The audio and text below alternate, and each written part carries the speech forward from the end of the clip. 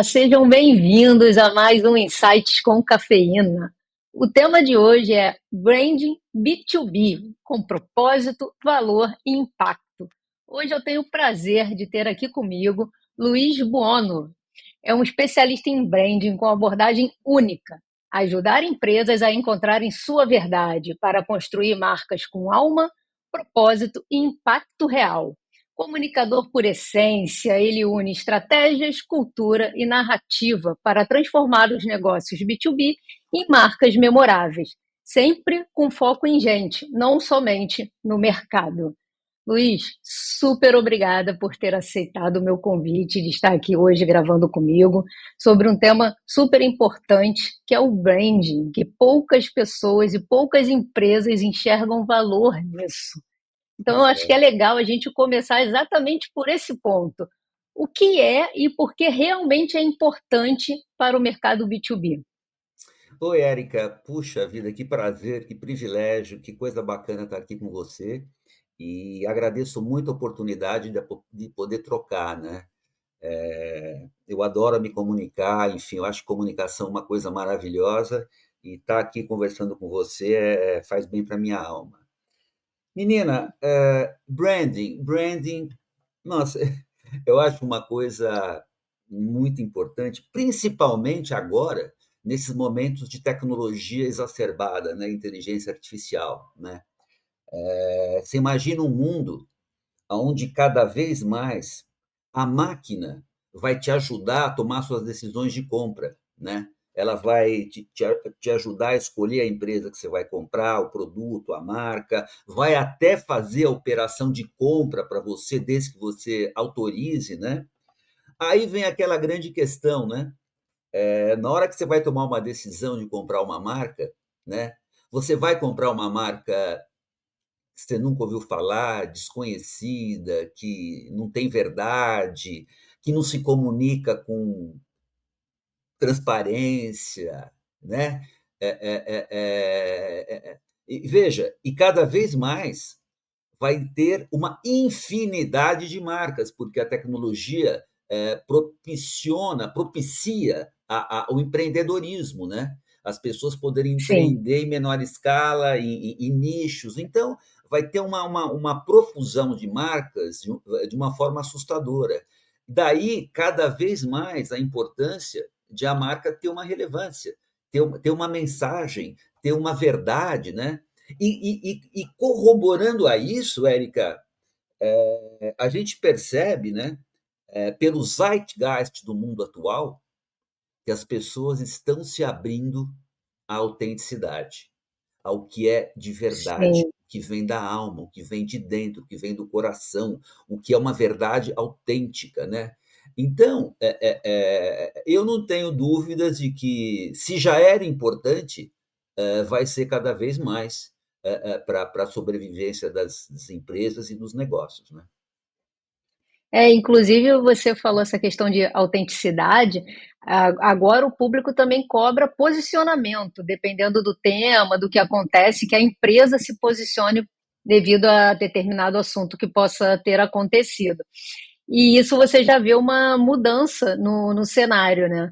A gente, obviamente, conhece marcas que tiveram super sucesso na questão do branding, que roubaram o nome do produto. A gente tem aí aqueles exemplos bem clássicos. E no caso, como você falou, a gente tem a tecnologia que está ajudando muito no empreendedorismo. E como você enxerga os primeiros passos, esses passos essenciais para a gente começar a criar uma identidade que de fato atinja, né, o público que a gente pretende? Como é que você indica para quem quer realmente fortalecer, fazer um trabalho de branding?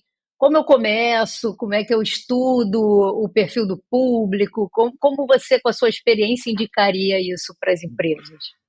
Entendi. Olha, Érica, eu me inspiro muito, né? É uma inspiração que eu tenho na teoria U do alemão americano Otto Scharmer, que eu tive a oportunidade de ter um curso com ele lá no MIT, onde ele traz um olhar absolutamente novo sobre a forma de se envolver com as questões, né? E o olhar dele, que eu acredito, que eu recomendo para todo mundo, é um olhar mais humano e mais o seguinte, né? Você iniciar a jornada por um mergulho absolutamente isento, sem julgamentos. Por quê? Porque a tendência, quando você começa a investigar um problema, conversar com o consumidor, entender a história da marca, entender quem fundou a marca, qual o propósito que ela foi fundada, quais as cores da marca, ao que ela se propõe, né? É muito comum você, de início, já começar a formar teses e julgamentos sobre qual caminho você deve seguir, né? E o que eu aprendi com o Otto, né, e também com um olhar mais sensível que eu venho desenvolvendo ao longo dos anos para a minha pessoa, né, é que você tem que mergulhar na questão da marca, nesse entendimento, com um olhar totalmente aberto. Por que totalmente aberto? Para que isso, no teu inconsciente, vá amadurecendo, vá refinando. É quase como, ao fazer o mergulho na marca, né, no entendimento, eu traduzo isso por entrevistas, conversas, olhar o mercado, olhar a vida. Deixa o teu subconsciente trabalhar. Não se preocupe no início com a solução. Mergulhe no problema, na questão e tudo. Você vai ver que na hora que você faz isso e, e pratica um certo distanciamento depois, o que é esse distanciamento? É um processamento começando a acontecer dentro de você. Não precisa ficar ansioso com uma resposta, com uma solução imediata, porque as pessoas logo querem partir para uma solução. Ah, se isso está assim é por causa disso. Se isso está assim, então deve ser esse o caminho. Calma, calma. É que nem num processo humano, às vezes você está num processo que não adianta acelerar. Ele demora um tempo para a coisa acontecer. E é o mesmo caso num projeto de branding. Deixa um pouco, deixa uma semana isso amadurecendo na tua cabeça, 2 semanas, né? Aí você vai ver que naturalmente começam a brotar hipóteses, começam a brotar saídas, começam a brotar alternativas, né? E aí você começa a ir explorando cada uma das alternativas para ver que caminho você vai fazer. Mas eu acho fundamental, né, como você mergulha, né? Que é um mergulho aberto, é um mergulho sem preconceito, é um mergulho cabeça de criança, é como se você tivesse descobrindo tudo, descobrindo o mercado. E óbvio, e é muito importante, conversas, né? Tentar entender, por exemplo, quem fundou a empresa, como era a cabeça dele, qual era a história de vida dele, da onde ele veio, da onde ele não veio, o que ele acreditava, qual foi o gatilho que fez ele abrir aquela empresa, né? E você começa aos poucos indo acumulando uma carga de sabedoria sobre aquele negócio que vai te ajudar nos processos internos teus, com mais a tua sensibilidade e com mais a tua conexão verdadeira com a marca, com o dilema da marca, vão começar a aparecer saídas, vão começar a aparecer soluções. Veja, o que eu estou te falando é um nível muito mais sutil de envolvimento, que é uma coisa que eu acredito, né? Porque as pessoas tendem a fazer um envolvimento absolutamente com base na razão, com base no que aprendeu na escola, com base numa teoria. Sim, Você repara que, quando eu te falei da metodologia do Otto Scharmer, ela não é uma metodologia de processos de inteligência racional. Ela é uma metodologia de exatamente o contrário. Open heart, open will, se abrir para o que vem, né? Por isso que eu sempre falo, Érica, que a constituição, o desenvolvimento de um projeto de branding está muito ligado ao estado mental de quem está construindo aquela marca. Por quê? Porque se você está num estado mental de abertura, conexão com um campo maior, né? Ouvindo o que a vida tem para te dizer sobre aquele problema, você está entrando numa dimensão muito maior do que apenas um problema técnico de construção de marca. você tá sensing, né? Como o Otto fala, sensing, se sensibilizando para aquele problema, né? Por isso que quase que eu diria para você o seguinte: numa escola de branding, que eu acredito, passa por uma etapa de expansão da consciência do ser humano. Ou seja, o que eu quero te dizer é o seguinte, Érica: quanto mais você tiver de consciência expandida no envolvimento com o problema, maior a chance de esse olhar ter muito mais sensibilidade, ter muito mais conexão e estar muito mais ligado nas energias que envolvem essa marca, né? Não, Porque é bem interessante essa abordagem que você está comentando, principalmente porque traz a questão humana, que é algo que vem mudando muito, né? A gente sabe aí de uma, até falando de marketing, era produto, produto, produto, e aí a gente começou a mudar e ter essa visão que você tá comentando, que reflete, obviamente, no branding. Você falou da questão de entender as motivações do fundador, quem era, como era, e eu também vejo algumas pessoas, eu conheço muita gente da área de tecnologia, então elas não querem, às vezes, muito se expor. Falar, eu fundei, mas não quero falar, não é isso. Gera um pouco desse timidez, talvez, uma parte mais retraída. Ah, vamos falar das soluções, vamos falar dos problemas, e deixa um pouco de lado essa construção que a gente está conversando aqui, que é a construção de você ter esse coração aberto, como você falou, esse olhar mais sensível para você conseguir, de fato, construir um valor e uma proposta para essa marca que você está estudando. E quando você tem esse desafio de trazer esse valor, essa cultura para alguém que é super técnico, uma empresa que tem esse viés tão técnico, que às vezes não consegue ter essa sensibilidade tão importante que você está comentando agora. Como é que você consegue quebrar essa barreira para falar, olha, é importante, se sua marca não tiver alma, se ela não tiver vida, ela não vai fazer sentido para quem vai consumir. Qual é a sua abordagem nesse sentido? na verdade, Érica, eu acho que o primeiro passo, né, é uma conversa muito próxima da liderança dessa empresa, para o entendimento de por que ela está buscando um trabalho de branding, né? E quando a gente começa a conversar sobre o porquê você está buscando branding, né? Você tem a possibilidade de expor para essa pessoa quais as premissas de um trabalho de brand bem-sucedido, né? Então, por exemplo, como o branding ele tem como premissa criar um vínculo emocional, criar uma força de marca, criar uma conexão entre as pessoas e a marca, você tem que explicar para a pessoa que está contratando esse serviço que, por mais técnico que seja a empresa dela, né, o que vai fazer as pessoas se conectarem é pela identificação, é o quanto elas se identificam com aquilo. Agora, nós temos que respeitar muito, né, o valor que existe dentro do fundador. Por exemplo, você falou de um fundador que, porventura, não queira se expor demais, né? Isto, para mim, é um dado da questão.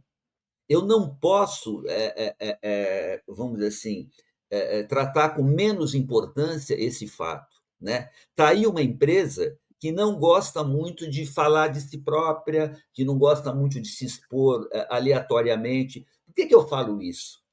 Porque se eu fizer um trabalho muito distante da verdade daquele líder, que ele quer que aquele DNA de uma certa introspecção continue na empresa dele, eu vou estar sendo fake, porque ele não gosta daquilo. Então, como é que ele vai fazer um branding, exatamente exatamente oposto do que ele é? Agora, você pode muito bem criar uma conexão emocional de uma maneira mais low profile, mais recatada, mais sem muito, entre aspas, exibicionismo. Você pode fazer o que for, porque repara o seguinte: o que torna uma marca envolvente? A sua verdade. O que torna uma pessoa envolvente? A sua verdade. E existem pessoas. Ontem eu estava vendo o Roda Viva com o Luiz Schwartz, como chama? Daquela editora famosa, esqueci agora o nome. Ele fala que ele é um tremendo tímido, um tremendo introverto, né? E a editora dele tem que caminhar por esse lado, entendeu? Não é que ela não vai se expor, não vai se expor do jeito dele, do jeito dali. Se ele quer continuar, obviamente, liderando, trazendo valores e tudo mais. Então, Érica, repara o seguinte: mais uma vez, nós estamos falando de sensibilidade, de sentir a empresa. Eu não posso chegar em lugar nenhum e impor a minha verdade.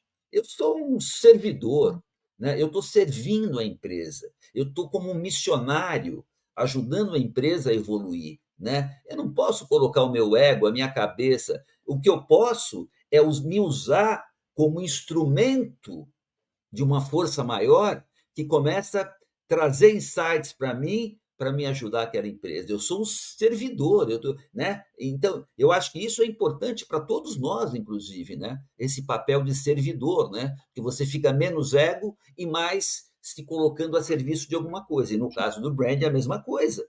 Eu estou servindo, eu estou como um canal para a vida se manifestar através de mim, para que a gente possa fazer um trabalho mais verdadeiro, mais sensível, mais conectado com as novas energias, né? Enfim, mais conectado com tudo que a gente está vendo hoje em dia de nova era, né? Do novo Zeitgeist, que pesquisadores de Harvard, de Oxford, de Stanford, trazendo elementos muito mais ligados à sutileza do ser do que apenas a racionalidade técnica da vida, né? E eu acredito muito nisso. E eu reparo que, ao longo dos anos, a sensibilização do meu ser ajudou muito a melhorar meus trabalhos, né? Para não ter um olhar só técnico que cada um pode replicar. Quando a Érica se coloca, dá a sua ajuda, dá a sua contribuição a partir do original da Érica, ninguém vai fazer igual, porque Verdade. veio de dentro dela, né? Não veio de um livro que ela leu. O livro pode até despertado algumas coisas nela, mas se ela se Sim. deixa aqui, é uma coisa única, original, né? E eu, às vezes, eu vejo marcas e tudo querendo entrar num padrão, né? Você viu o que deu com a Exatamente. Jaguar? Você, agora você falando de padrão, você comentou agora da questão que a marca ela pode ser low profile, ela pode ser uma marca não tão exibicionista. E muita gente pensa que é completamente ao contrário, porque a gente está num mundo totalmente conectado, cada vez mais digital, e eles consideram que, ah, não, para expor minha marca eu tenho que fazer estardalhaço na internet, eu tenho que ser mais extrovertido. E isso, por vezes, não linka com quem é o dono, por quem está atrás da marca. Então, fica esse ruído de comunicação. Então, achei bem interessante quando você explicitou esse ponto, porque aposto que muita gente pensa ao contrário e nunca parou para pensar em fazer um branding seguindo essa questão do low profile. E até falando dessa questão do branding, tem muitas empresas que elas passam por rebranding, que por algum motivo, não sei, muda o CEO, muda a perspectiva, muda o público-alvo, e elas resolvem se renovar. Tem muitas que têm muito sucesso nisso. Eu lembro aqui da Granado, Havaianas, foram empresas que são bem antigas e elas fizeram esse trabalho e realmente tiveram muitos ganhos nisso. Você acha que tem um ponto certo para a empresa começar a pensar? Não, olha, minha marca começou assim, mas está no momento de eu virar o jogo, fazer um rebranding, me comunicar de maneira diferente. Como é que você vê essa questão do reposicionamento de marca? Olha, Érica, repara o seguinte: você como uma mulher profissional, enfim, como mulher ser humano, você ao longo da sua vida, você não tem momentos de transformação? Uma hora você está acreditando mais uma coisa, outra hora você já começa a pensar melhor, ó, surge um novo insight, né? As marcas é a mesma coisa. Se elas querem estarem vivas, elas precisam estarem abertas a um processo de transformação, né? E aí, como que você vai sentindo tudo isso? Tanto com os meios tradicionais, né? Você começa a ver uma queda nas suas vendas, você começa a ver concorrentes mais modernos, você começa a ver que você já não está agradando tanto o teu consumidor, você começa a ver que a tua mensagem já não ecoa como ecoava, né? E o mais importante, né? Se você tem um líder aberto, você começa a sentir. Você fala, puta, alguma coisa já não está, a equação já não está fechada. Eu valorizo muito o sentir, né? Eu valorizo muito porque é uma inteligência muito maior que está se manifestando em você, né? Não é uma inteligência racional, é uma inteligência sutil, né? Intuitiva, né? E isso eu valorizo cada vez mais e tenho certeza que com as descobertas da ciência, cada vez mais a ciência vai provar que as sutilezas, os insights, as intuições vêm de lugares muito mais inteligentes do que a gente pode imaginar. E aí você começa a perceber que aquela marca precisa se renovar, né? Precisa trazer fatos novos. E veja bem, Érica, quando a gente fala uma marca se renovar, não é apenas a marca. Será que o produto também não precisa se renovar? Porque senão você está querendo pôr uma capa em algo velho. Não vai funcionar. Então, acho que você, quando entra numa empresa, eu vou te dar um exemplo. Você falou das Havaianas, né? Eu vou te dar um exemplo que eu vivi quando eu tinha 25 anos de idade. Com 25 anos de idade, na Thompson, em 1980. As Havaianas levaram a marca para. Na verdade, é o seguinte: as Havaianas estavam indo mal, teve um problema de. Não deforma, não solta cheiro, não tem cheiro, a comunicação começou a ser muito de produto e as coisas estavam mudando, entraram as sandálias plásticas. Aí, depois de um longo processo, a Havaianas saiu de mercado e entrou a sandália samba. E a sandália samba foi um enorme fracasso, era toda moderna, tinha cores, era mais qualidade, mas o público não aceitou, né? Não aceitou aquele relançamento. E aí eles chamaram uma agência, ao MAP, para relançar as Havaianas com outro nome, que era a Samoa, que era uma sandália de dedo de surfista que a Havaianas tinha. A própria Almap, ela sentiu o campo e falou: não, não é por aí. Não vamos lançar Samoa, vamos lançar Havaianas Top, né? Que é a mesma Havaianas, mas com cores mais bonitas e uma propaganda conectada com a vida, com o consumidor, uma propaganda comportamental, comunicação comportamental. E aí virou história, mudou tudo, né? Então, Sim, foi um tipo assim, de um olhar que veio de fora, que mostrou para a empresa que não bastava fazer o que eles achavam que poderia ser feito, que era lançar um outro produto, Samoa, para ser a nova Havaianas. Não, vamos lançar a mesma Havaianas remodelada. E nem fazer como eles tinham feito, tirar a Havaianas de mercado e lançado a samba, que foi um tremendo fracasso. E eu fui cúmplice, porque eu estava na Thompson nessa época. Então, porque aquela coisa, né, Érica? Repara o seguinte: eu posso chegar aqui para você e te provar, pela meu expertise, por A mais B, que tal branding vai dar certo. Pode ser que eu faça o trabalho e vire um tremendo fracasso, né? Então, o que vai garantir que o meu trabalho vai dar certo ou não? Nada garante, mas eu te posso dizer uma coisa: quanto mais você tiver com o olhar expandido, e não apenas com o olhar da razão, um mais um é dois, mais chance você tem de fazer um trabalho mais com uma inteligência maior a serviço daquela marca. Ou seja, você se valendo de toda uma disponibilidade que existe no campo, né? Até no campo quântico, do entrelaçamento quântico, onde você se coloca em função das melhores energias para fazer essa marca ser relançada ou ser lançada, ou o que for, com essa inteligência maior. E isso que eu acredito muito. Né? Eu vejo as marcas, se possível, se abrir. Eu estou até lançando um conceito que chama-se conscious branding, ir além da técnica, né? Além da técnica, ir para um olhar, porque o que acontece? Dependendo da maneira como você olha outra coisa. O como interfere no que você olha, né? Tem até aquele experimento, Sim, Érica, não sei se você viu, antigo, né? Da fenda dupla, né? É um experimento atômico que eles soltam partículas no ar e para passar por duas fendas, né? E eles reparam, quer dizer, para passar numa fenda, e tem uma fenda do lado. E eles reparam que a partícula passa pelas duas fendas e não por uma só. Por quê? Porque quando ela é disparada, ela se transforma em ondas.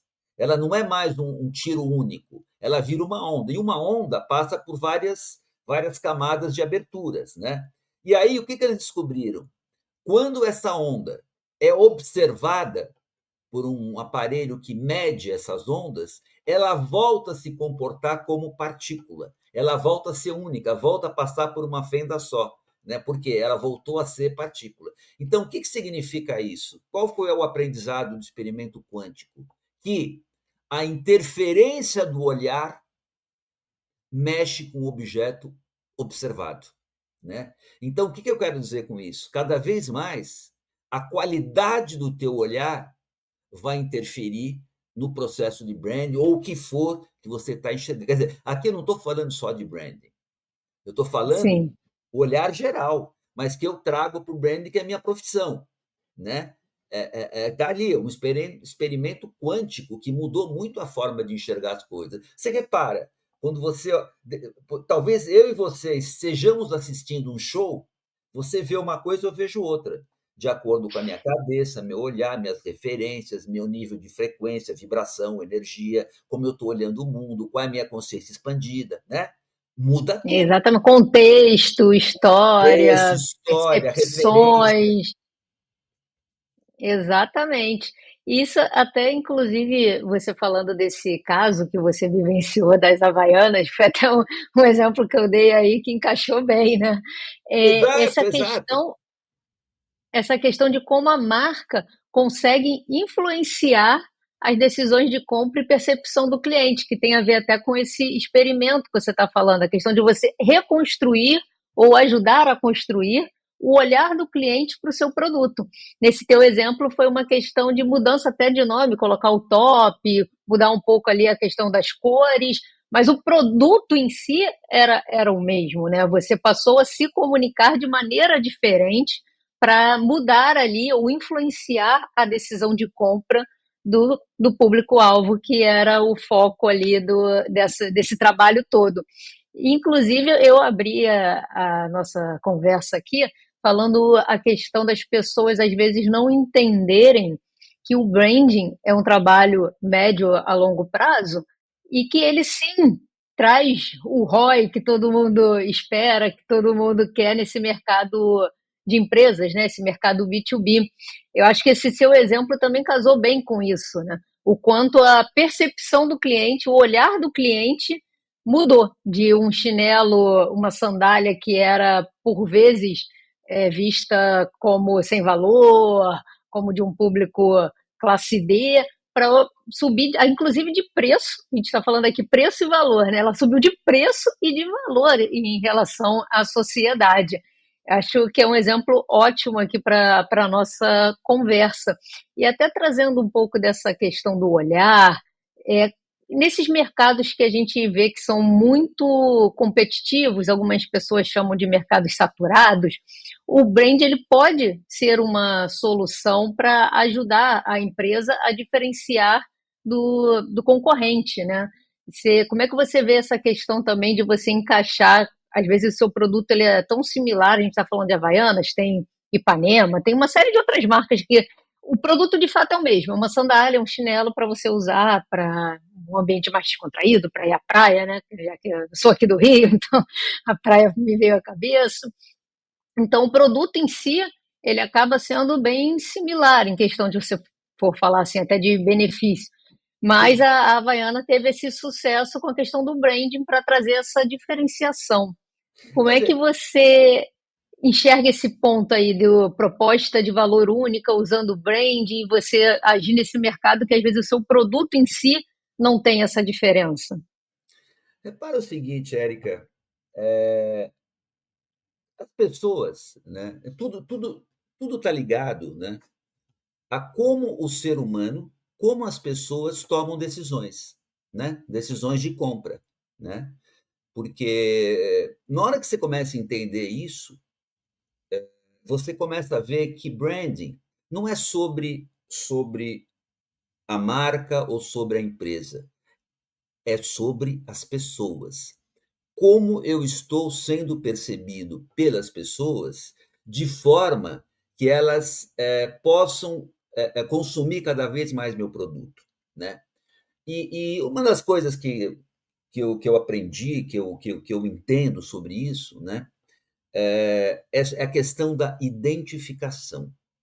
As pessoas, quando você toca em algo que já está dentro dela, né? Ou a pessoa é muito orgulhosa, ou é muito consumista, ou é muito tímida, ou é muito humilde, ou muito. Enfim, quando você toca um ponto que bate, encontra eco dentro das pessoas, a tendência é as pessoas criarem um goodwill para essa marca, e esse goodwill, se o produto corresponder, se transforma em vendas, né? Então, Sim, é sobre tocar as pessoas, né? Que valores estão. Repara o seguinte: o caso da Havaianas é emblemático. Por quê? sim, Para tocar as pessoas, a grande virada não foi o produto, que nem você mesmo disse, foi criar comunicação comportamental, aonde você traz elementos nessa comunicação que são verdadeiros da marca e, ao mesmo tempo, encontrem um ponto de identificação com as pessoas. Então, você repara que, normalmente, primeiro ponto, né, comunicação. Você quer trazer mais relevância e mais capacidade de vendas? Coloque pessoas, gente. Coloca gente na comunicação, porque você começa a ver identificação, né? Identificação. E aí, você, sei lá, vai buscar comportamentos que as pessoas se identificam, né? Ou engraçado, por exemplo, uma música toca a alma, né? As pessoas gostam de sim. uma música, as pessoas gostam de uma alegria, uma piada bem contada, algo que, enfim, que bata com alguma coisa que está dentro de você, né? Ou uma frase É, até, ele falou, eu não, nós viemos aqui para beber ou para conversar? Era Antártica 80. Porra, eles sacaram uma coisa que estava dentro de mim e eu não saquei. E aí, quando alguém fala o que estava dentro de você e você não sacou, você fala, puta, o cara é um gênio, eu estou com ele, né? Você entende? tem a questão do pertencimento, que eu acho que é isso que você tá mencionando, né? Quando você consegue trazer o público, entender de fato a linguagem do seu público e fazer ele pertencer à sua marca. Eu acho que é um pouco isso que você está falando. Às vezes tem essa campanha recente, não tão recente, mas do McDonald's, que eles colocaram Mac Nossa, escrito mais ou menos como as pessoas aqui falam, porque a gente fala nossa, português, a gente não tem esse sotaque, a forma de falar em inglês, então eles aportuguesaram a forma de falar o McDonald's. E é isso que você está falando, para poder colocar mais perto do público. Olha, você me chama assim? Então tá tudo bem, eu me chamo assim também. Eu achei Érica, essa. repara o seguinte, você trouxe um ponto aí sobre o Mac, né? Olha,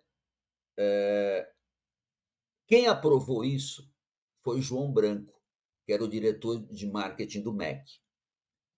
Uhum, não havia, não haveria a menor possibilidade de ele aprovar isso se ele não acessasse um campo de inteligência maior chamado intuição.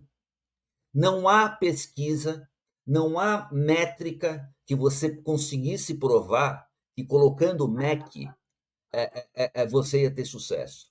Pelo contrário, acho que muita gente falou: você é louco, você vai fazer essa loucura, Mac, Você. anos de construção do McDonald's, você vai falar Mac. Cara, coragem e acesso a uma inteligência maior, que eu tenho certeza é inteligência intuitiva. Coragem por quê? Porque alguém falou: eu vou acreditar na minha intuição e vou em frente. E vou em frente, eu vou defender isso com unhas e dentes. Né? E aí você vê um caso emblemático, né? Um caso de sucesso absoluto, porque ele sentiu que aquilo é o que ia tocar a alma do brasileiro. Eu ia tocar a veia do brasileiro, ia conectar com o brasileiro. Né? E conectou. Então, essas coisas, né? Por isso que eu acho que o mundo da criatividade é muito fantástico, né? Porque às vezes você trabalha com coisas imponderáveis, com coisas que não saem de uma cabeça óbvia, né? Não sai do óbvio, Sim, sai de uma. Por exemplo, quando eu convivo com muito criativo, sem ele saber, ele está fazendo esse download de ideias que eu te falei. Ele está ele recebe um briefing. A gente não repara que o cara fala assim: eu fui tomar banho, a ideia veio. É um download. sim. Você planta no pensamento, aquilo fica remoendo, chega uma hora, vem o download. Agora, você precisa confiar no processo. Fala, confia no processo, vai vir, uma hora vai vir. Não se afoba criando qualquer coisa, vamos mandar isso que não veio nada. Calma, confia no processo, que uma hora vai vir. Né? Se você está conectado, se está com o coração aberto, se não está apegado a técnicas, filosofias de muito. Né? Olha, para criar tem que ser assim, assim, assim. Não, deixa vir que vai vir. Né? Eu acho que isso é um ser humano mais aberto ao todo, que ele tem mais chance de trazer isso aí. E é o que nós estamos vendo aí, né? Em ideias que não saem de uma mente racional, sai de uma conexão, Exatamente. não é? E até essa capacidade de conseguir, como você falou, juntar, né? Você tem lá o seu aprendizado nos livros, você tem toda a sua técnica de construção, mas você precisa ter a sua inteligência ou experiência emocional que você vai entender e vai gerar esses insights que, como você falou, de download, de às vezes você relaxar, falar, calma aí, vamos tentar isso. E também ter a capacidade de sair da caixinha, porque esse exemplo foi isso. Você desconstruiu um pouco a questão de uma empresa de anos, que tem mercado mundial, e você passar a falar a linguagem local, por assim dizer. Né? Você não querer mais usar uma linguagem global para uma linguagem local. Isso é muito interessante e traz também o que você já comentou em questão de estudo do seu consumidor. A partir Sem do dúvida. momento que você entende o que ele quer de pertencimento, o que, que importa para ele, como ele se sente ligado à sua marca, você consegue ter esse sair da caixa, Você que eu sabe, acho que é Érica, muito difícil hoje em dia. Érica, eu já vivo há muitos anos nesse mercado, né? Eu já vi muita empresa contratando pessoas para vir para o marketing da empresa, né? Para resolver problema, para fazer um planejamento de comunicação bem feito, para fazer uma gestão de marca bem feita. Né? Então, vira e mexe, eu sempre via cabeças pensantes, né? E até ao contrário também, agências contratando caras de marketing para poder fazer um trabalho mais consistente. Né? A única coisa que é incontratável, basicamente incontratável, é a criatividade. Por quê? Porque o criativo ele não se contenta em ficar num ambiente engessado, num ambiente trabalhando só com uma marca, só com um desafio. É uma mente diferente, né? E essa mente, as empresas sempre vão precisar buscar em algum lugar, porque você repara o seguinte, né? Quando você contrata uma agência, tem 1000 coisas que a agência é boa, mas no final do dia, o que você está contratando? A criatividade, o insight, a ideia, né? E eu admiro muito essas pessoas que conseguem mergulhar no insight, na ideia, na criatividade, porque é isso que muda as coisas de verdade, né? É muito constrangedor você gastar uma fortuna de dinheiro de um cliente para uma coisa by the book, uma coisa que qualquer um poderia ter criado, que não é uma sacada, não é uma coisa original, né? Então, eu valorizo muito esse olhar não racional, né? Apesar de eu não sou um cara de criação, mas eu aprendi a usar a criação a meu favor. E até na minha maneira de viver, eu tento ser criativo, né? Tento deixar essa veia acontecer, sem ser um cara de criação, né? Não é minha praia, né? Então, eu acho que o branding, quanto mais você se abrir à originalidade das ideias. Agora, tem uma coisa que eu vou te dizer: tenha repertório para provar. Por quê? Porque, da mesma maneira que eu convivo com gente muito boa de criação, o que acontece? Eu vejo, olha, isso acontece toda hora comigo na agência. O sujeito me chama, Bono, olha que ideia maravilhosa eu tive para a empresa da Érica. Eu vou lá olhar a ideia, sabe o que acontece a maioria das vezes? Eu falo, amigo, a tua ideia realmente é maravilhosa, poderia ganhar um prêmio em Cannes, só que não tem nada a ver com a empresa da Érica. Você entendeu? Porque Entendi. aí entra o teu repertório de saber dar um gol ou um não gol para uma ideia. E, ao mesmo tempo, né, em que sintonia você vai pedir para o teu time de criação criar? Porque se você não der direção, sai que nem uma vaca tonta, criando para tudo quanto é lado. Aí você vai ver as ideias, muito legais às vezes, porque o cara é criativo, mas não tem a ver com o briefing, não tem a ver com a direção que a gente pensou para a empresa da América, né? E isso Né, exige. é um ponto muito importante isso, né? Porque as pessoas criativas, elas são mais livres. E aí, às vezes, elas fogem um pouquinho do branding. Aí vem a pessoa mais racional e vai puxando, olha, do briefing, né? Olha, você é isso aqui, tá maravilhoso, mas você lembra que a proposta da marca era aquela ali? Bem ali alinhado.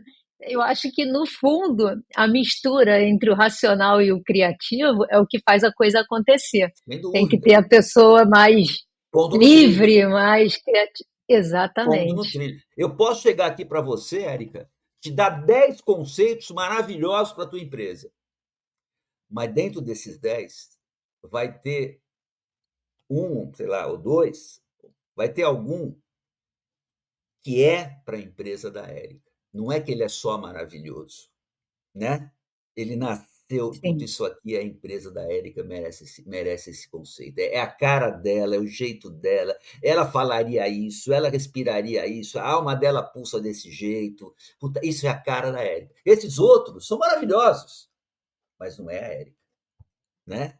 Eu acho que isso é muito importante. E eu vejo muita, hoje em dia, como o mundo está muito júnior, o que acontece? Ninguém direciona o criativo para o trabalho. Entra o trabalho, ó, faz aí, sem direção. Aí o moleque não sabe o que fazer. Ele é bom, ele é criativo, mas não está sendo direcionado. Olha, nunca me esqueço, eu trabalhava com o Nizam Guanais, lá na DM9, ele falava o seguinte para a criação, por exemplo, vamos fazer campanha de Guaraná Antártica. Cara, aqui, ó, é, é chiclete, é musiquinha, é coisa que cola no ouvido das pessoas. Não adianta vir com explicação, porque o Guaraná é da Amazônia, é musiquinha para tocar a alma. E aí vinham 45 ideias diferentes dentro do briefing. Isso que eu acho legal, porque não é 45 ideias, uma para cada lado.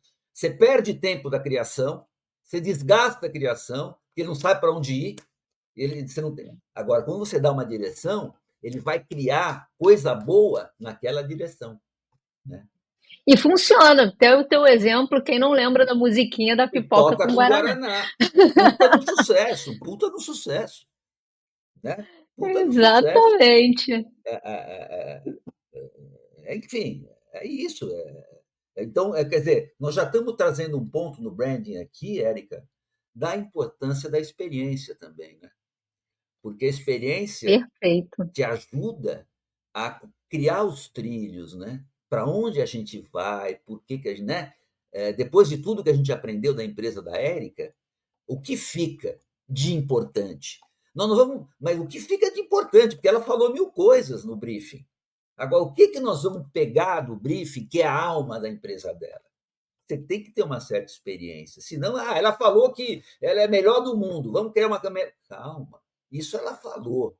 Mas o que, que andando lá dentro a gente percebeu? O que, que a gente sentiu na empresa dela? O que, que a gente sentiu olhando no mercado, os concorrentes, caminhando na rua? Por exemplo, nas Havaianas, eu fui lá no Nordeste ver o pé das pessoas, o que, que eles estavam calçando, né? Entender o que estava acontecendo. E por aí vai.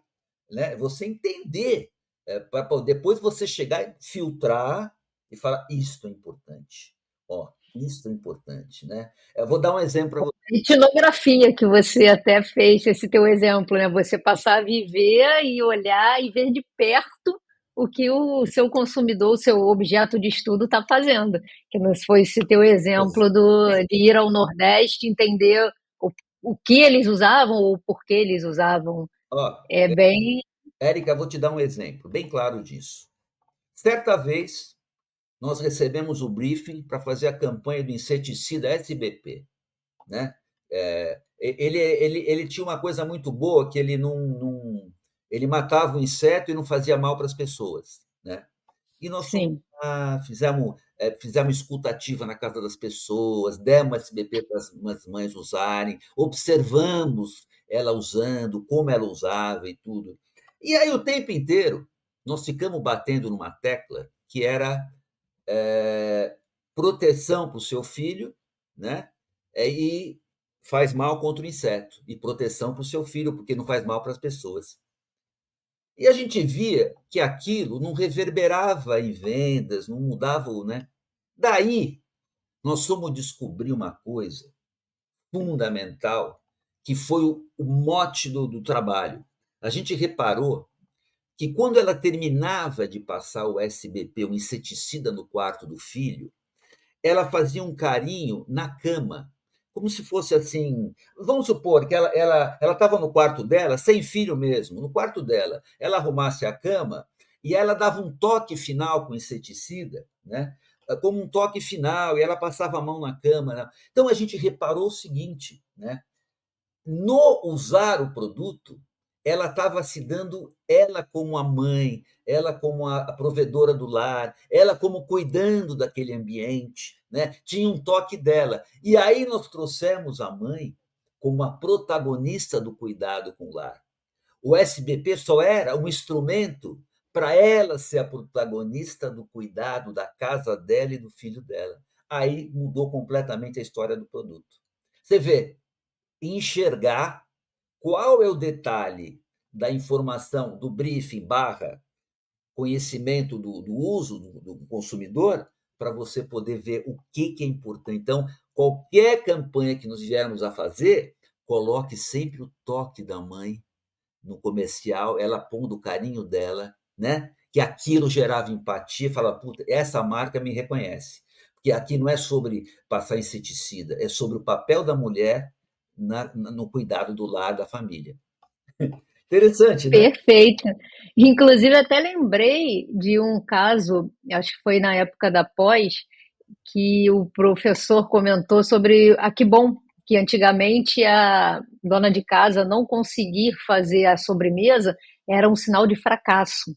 E eles estudaram, notaram isso e mudaram todo o conceito, né, de da que bom, de ser uma mulher moderna, de ter ali uma outra opção, não tiraram esse vínculo, tipo, ela não se organizou, só fez o almoço, não teve tempo para sobremesa.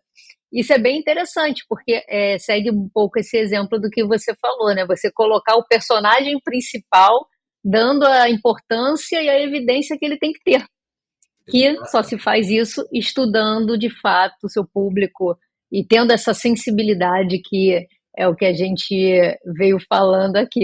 Você repara o seguinte, Perfeitas Érica, colocações. alguém poderia ter visto esse vídeo e não reparado no carinho da mãe na cama, no toque final dela. Ah, aquilo não é nada, é só passou a mão lá. E aquilo estava a chave do segredo. Você entende? Por isso, Esse olhar treinado e atento aos detalhes e à exatamente, essência do ambiente que você está. E exatamente, faz essa virada de jogo que a gente ex- está comentando aqui. exatamente. Luiz, a gente está aqui chegando ao final da nossa conversa, que eu nem sei se foi uma conversa ou foi uma aula, porque realmente maravilhoso, maravilhoso ouvir você falando, ouvir a sua experiência, toda essa troca que você trouxe aqui. E só para terminar, eu sempre fecho com uma pergunta que tem um pouco a ver com a gente, com o nome do programa, que é o seguinte: entre essas conversas, cafés, experiências com amigos, qual foi o insight que você teve na sua vida profissional ou pessoal que fez você ter alguma mudança na sua vida, enxergar a vida de uma forma diferente? O que que você relembra aí que foi a virada pro Luiz? Na verdade, Érica, foi uma virada muito mais, não foi de nenhum insight, nenhum café, foi de uma questão pessoal, minha pessoal. Foi o seguinte, eu tinha não sei, eu tinha uma dificuldade de estar em público, conversar com as pessoas. Sempre eu parava que eu escondia alguma coisa, eu começava a suar, começava a sair dentro de mim. Aí eu fui médico, ninguém sabia dizer o que que era. Eu fui numa massagista. E ela falou o seguinte: vamos fazer umas massagens? Vamos. Então era muito legal, porque a massagem dela era muito profunda e eu me sentia super bem. Aí um dia ela falou: vamos diminuir? Não quero mais toda semana, ela falou. Vamos fazer uma vez por semana, uma vez a cada 15 dias. Eu falei: pô, Maria Emília, você tá louca? É demais, eu quero vir aqui toda semana. Luiz, essa massagem vai tocando no teu ser e tal. Bom, o que aconteceu? Dito e feito. Chegou um dia que no meio da massagem eu sempre ficava de olho fechado, curtindo aquele êxtase, né? Eu comecei a entrar num túnel do tempo, um túnel do tempo. Na verdade, o que que aconteceu ali? E aí eu abri o olho, puta, nunca mais vou voltar, né? Eu entrei num giratório assim. O que que aconteceu ali? A massagem tocou num ponto muito forte dentro de mim, que a partir desse dia eu comecei a aumentar os meus sintomas de insegurança, né? Aumentar. A massagem tocou num ponto que não dava mais para me esconder, só ficar embaixo do braço. Começou a vir no meu ser. E aí, toda uma vida até hoje de nadar para sair debaixo da água e voltar. E aí isso fez com que eu começasse a enxergar outras coisas, sabe? Falando, meu, a vida não é só.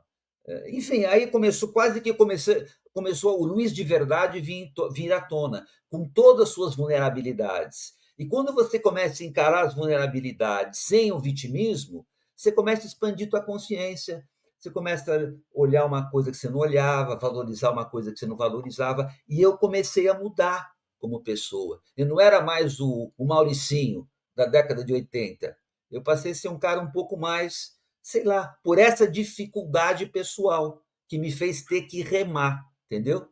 Então, acho que não foi uma coisa do trabalho, foi uma coisa que a vida já estava dando para mim, falando assim, ó, eu vou te dar uma coisa que parece que vai ser o teu maior caos, mas que é a tua maior joia. Você aprender a sair dessa tua vulnerabilidade, na verdade, não é sair dela, a ir na frente da Érica com ela. Porque aí você vai começar a ver que a vida não é ego, não é nada disso, a vida é estar presente. Aí começou, aí uma coisa puxa a outra, vai ler o Osho, vai ler Krishnamurti, vai ler Siri Prembaba, enfim, aí começar, vai fazer retiro, mas nada levando o místico pelo místico, tudo em busca do quê? Ir de encontro à tua essência, ao teu ser, quem é você? Quem é você? Who you are, né? Eu hoje, quando quando comecei aqui a falar com você, eu falei, poxa, Deus, por favor, eu quero ser um instrumento de você. Tudo que for do meu ego, não deixa eu falar. Eu quero ser um instrumento. O que você quer que eu fale? Eu sou um servidor do que o astral pega. E isso acho que me faz bem, me faz melhor. E acho que está me fazendo um profissional melhor, uma pessoa melhor. Então, não sei se Porque eu te expliquei. Um despertar, né? Um despertar. sim, é uma boa palavra. E realmente eu acho que é para poucos, tá? Quando a pessoa consegue de fato se enxergar e reconhecer o que ela tem de bom, o que ela tem que melhorar, e isso é fantástico quando chega nesse nível. E realmente também reflete na sua família, no seu profissional, na sua forma de lidar com as pessoas e com a vida. Ficou bem claro, bem. Pô, não tem nem palavra assim para explicar toda Que essa legal, nossa que legal. conversa. Realmente foi bem produtiva, explicou o branding muito além do técnico e dos processos, apesar deles serem importantes, e sim como é o título que a gente propôs aqui, um branding com alma, um branding que enxerga as pessoas, que traz essa comunicação. Maravilhoso, acho que seria essa palavra aqui que faltou, mas agora veio. Maravilhosa a nossa conversa. Realmente super, super obrigada pelo seu tempo, por ter passado essa sua experiência, pelo seu conhecimento, profissionalismo. Muito obrigada. A Érica, gente vai. encerrando, Pode né? falar. Érica, querida, eu que agradeço. Mais uma vez eu falo para você, é um privilégio poder estar aqui trocando ideias, né? E espero que a gente possa reverberar isso e possa cada um tirar o seu melhor, enfim, possa reverberar para que a gente faça um mundo cada vez melhor para todos nós, né? Perfeito. Pessoal, a gente está chegando aqui ao final desse bate-papo incrível. Espero muito que vocês aproveitem, que gere novos insights para a vida de vocês e até uma próxima.